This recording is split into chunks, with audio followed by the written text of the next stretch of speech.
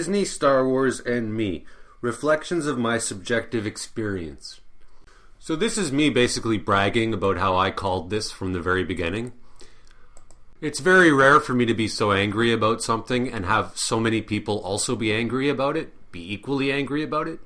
I mean, when I was angry about how much rock music sucks or hip-hop sucks, I can't find anybody who agrees with me. I find like one person maybe at the most. But with this Disney Star Wars, it's like everybody agrees with me. I mean, you might say that Disney Star Wars united people like never before. You know, it's like when people who otherwise would have nothing in common, they just bond because they're mutual enemy, right? The enemy of my enemy is my friend. If you hate Star Wars, you'll always have a place at my table on Christmas. And I don't care if you killed your mother or burnt down an orphanage, because if you hate Disney Star Wars, I know your heart is in the right place. Yeah, so Disney Star Wars essentially brought everyone together, gave people careers on YouTube, and basically created a whole YouTube community. They basically created an enemy that's more powerful than them. It's like that line in Pulp Fiction where John Travolta goes, somebody keyed my car, and you know what? If I could find that person, it would be worth it that they keyed my car, just so I could catch them and what I would do to them. That's like what Walt Disney Star Wars did. They keyed the fans' cars, and we caught them, and now we're beating the crap out of them. And, I mean, what's exciting about Rise of Skywalker is not the movie. I don't even give a shit. I probably won't even watch it all the way through. But what's exciting is reading like all the spoilers about how much it sucks and going on YouTube and watching everybody having a heyday. It's like a party at Disney's expense. It's like that movie Dinner for Schmucks where you find the biggest loser you can and you bring them to dinner. Everybody does that, and whoever's got the bigger loser wins. That's what Disney Star Wars is. It's dinner for schmucks or with schmucks. Or it's like giving tools to a monkey and watching it try to like build a house and try to figure out blueprints and schematics. And you're just kind of laughing the whole time. That's what Disney's doing with Star Wars. And they're doing it at their own expense for like billions of dollars actually. Billions of dollars for the ultimate, like, and just shoot themselves in the foot and to make fun of themselves.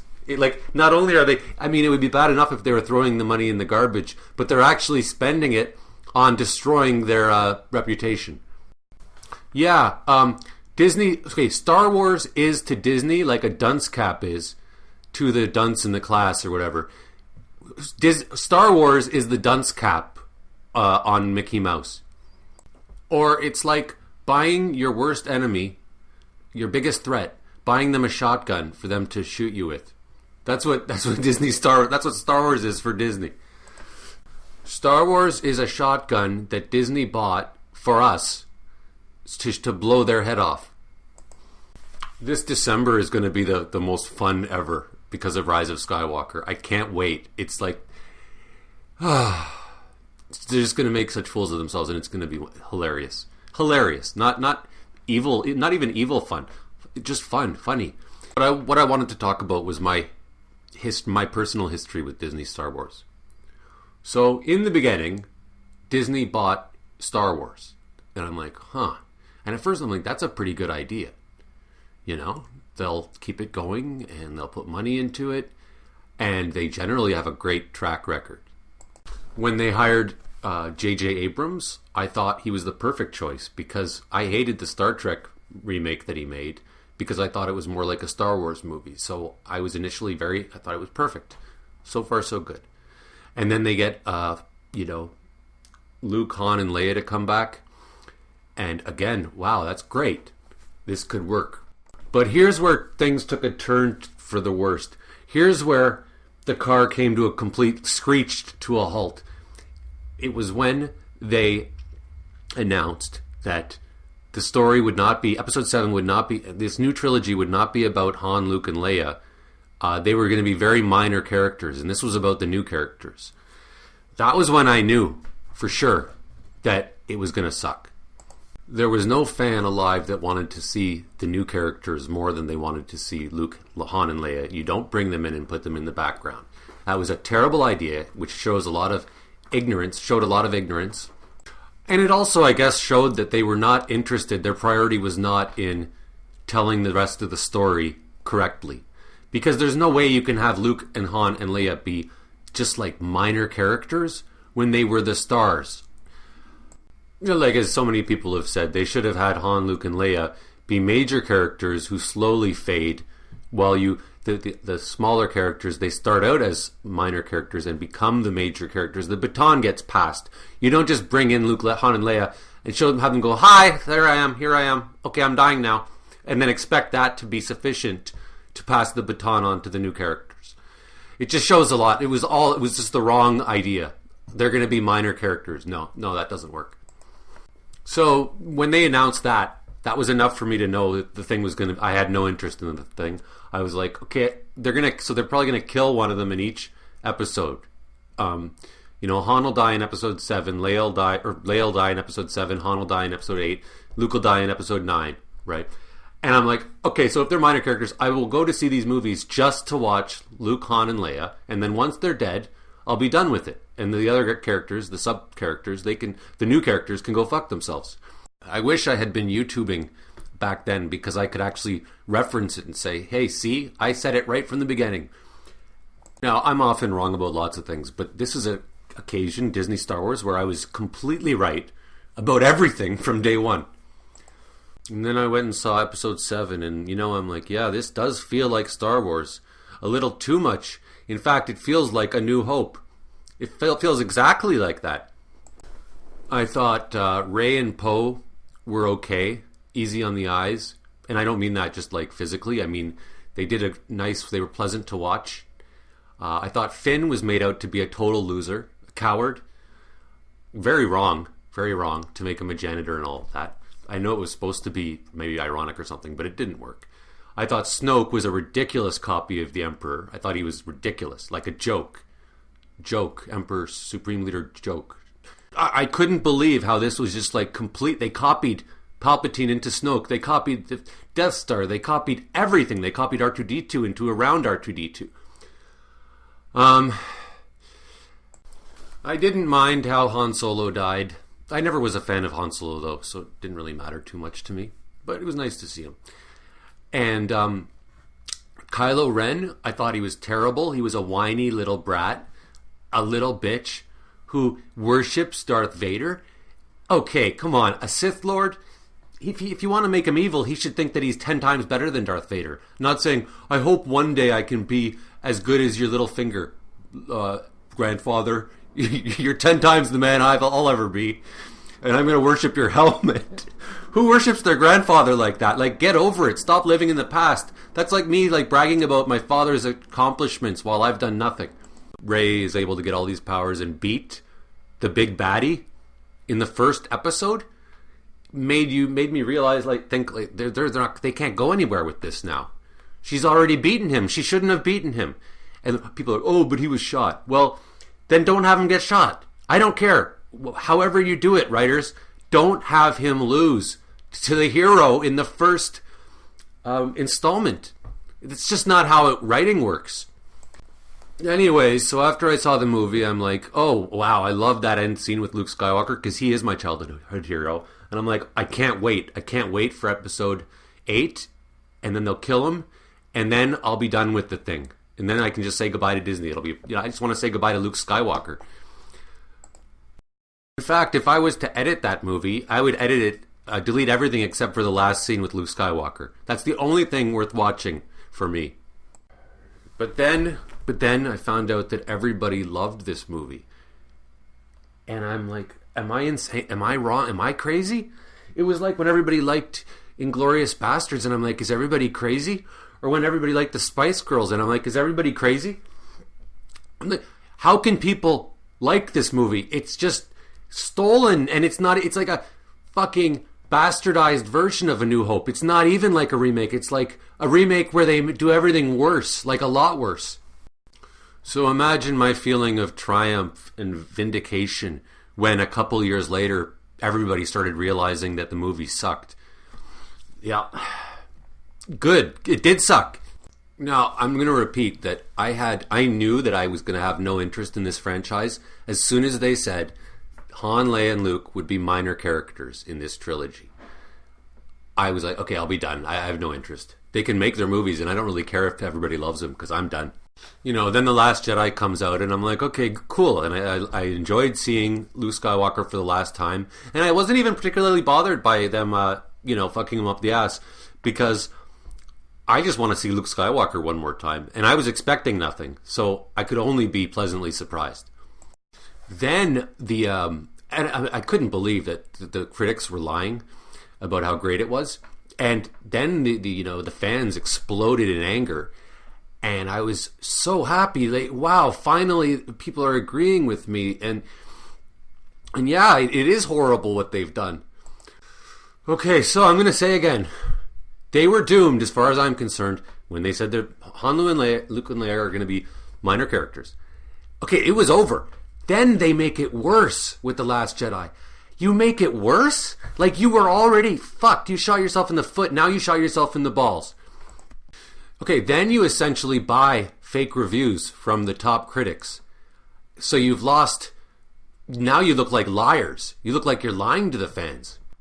So that's essentially shooting yourself in the head. So you shot yourself in the foot, then the dick, then the head. That might be out of order, like maybe making Han, Luke, and Leia be nothing. Maybe that was shooting themselves in the balls. That probably was. And then Last Jedi was shooting themselves in the head. And then rigging the reviews was shooting themselves in one leg, I guess. So now you can't walk even though you got a bullet in your head and in your dick. Then... Okay, is there anything that could be worse? Because you're basically dead, Disney Star Wars. Like, you're so dead. You're dead 3 times over. You killed yourself 3 times in a row. And I didn't know that was possible.